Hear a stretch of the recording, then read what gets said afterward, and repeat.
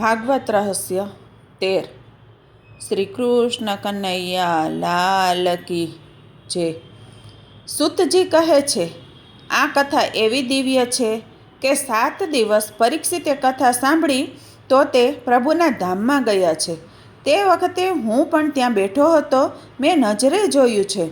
પરીક્ષિત રાજાને આ કથા સાંભળ્યા પછી મુક્તિ મળી છે। તક્ષકના કરડતા પહેલાં જ તે પ્રભુના ધામમાં ગયા છે। આ કથા એવી મંગલમય છે।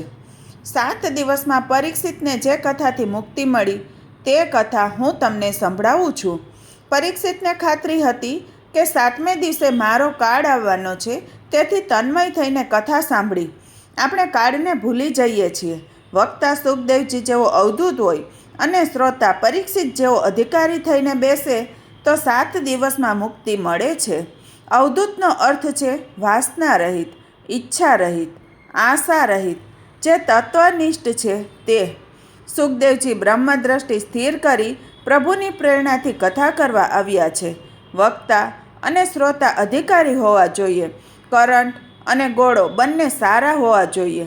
વક્તા અને શ્રોતા અધિકારી હોય તો આ કથા મુક્તિ અપાવે છે। કથા સાંભળીને પરીક્ષિતને લેવા વિમાન આવ્યું। પરીક્ષિત મહારાજને સદગતિ મળી છે। આજકાલ લોકો બહુ કથા સાંભળે છે, પણ તેઓને લેવા વિમાન કેમ નથી આવતું? વિમાન આવતું નથી તેનું એક જ કારણ છે કે વક્તા શ્રોતા અધિકારી નથી। જે ભાગવતમાં લખ્યું છે તે સાચું લખ્યું છે કે પરીક્ષિતને લેવા વિમાન આવ્યું છે। વક્તા સુખદેવજીનો આદર્શ જીવનમાં ઉતારીને કથા કરે અને શ્રોતા પરીક્ષિત જેવા જિજ્ઞાસુ થાય તો જરૂર વિમાન આવે જ છે। મનુષ્ય જ્યાં સુધી વિકાર વાસનામાં ફસાયેલો છે ત્યાં સુધી વિમાન આવતું નથી, મુક્તિ મળતી નથી, અને વિમાન આવે તો પણ તે વિમાનમાં બેસવાનો નથી, કેમ કે જેનું મન વિકાર વાસનાથી ભરેલું છે તેને સંસાર છોડવાની ઈચ્છા ક્યાં થાય છે? વિષ્ટાનો કીડો વિષ્ટામાં જ રત રહે છે, તેમાંથી બહાર નીકળવાનું તેને ગમતું નથી। આપણે બધા વિકાર અને વાસનામાં ફસાયેલા છીએ। પત્ની, પુત્ર, ઘર, ધનમાં ફસાયેલા છીએ, આસક્ત છીએ। આ આસક્તિ જ્યાં સુધી છૂટે નહીં ત્યાં સુધી મુક્તિ મળતી નથી।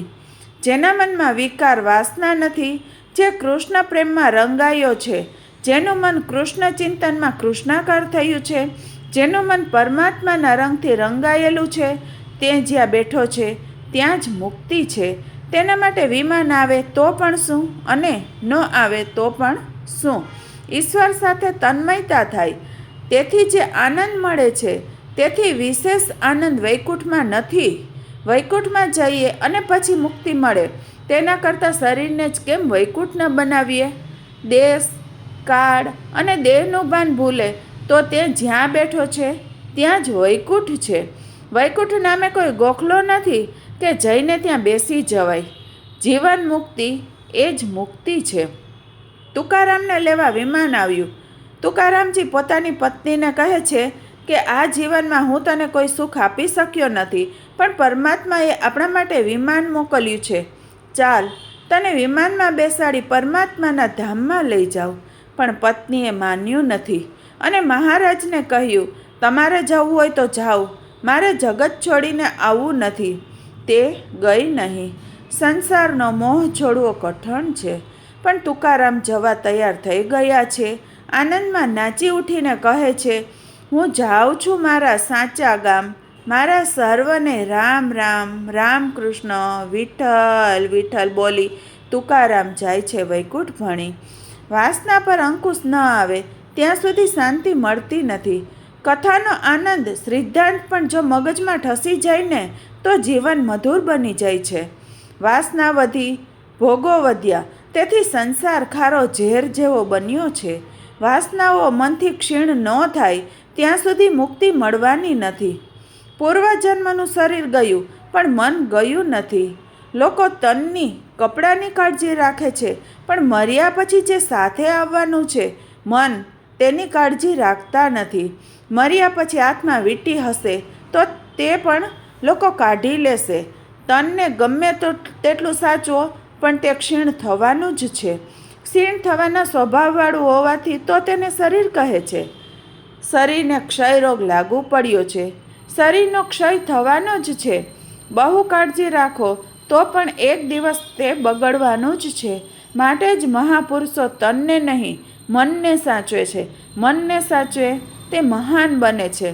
તન ધનને સાચવે તે સંસારી અને મનને સાચવે તે સંન્યાસી સંત છે. મિત્રો, આવતા વિડીયોમાં ભાગવત રહસ્ય 14 દર્શાવવામાં આવશે.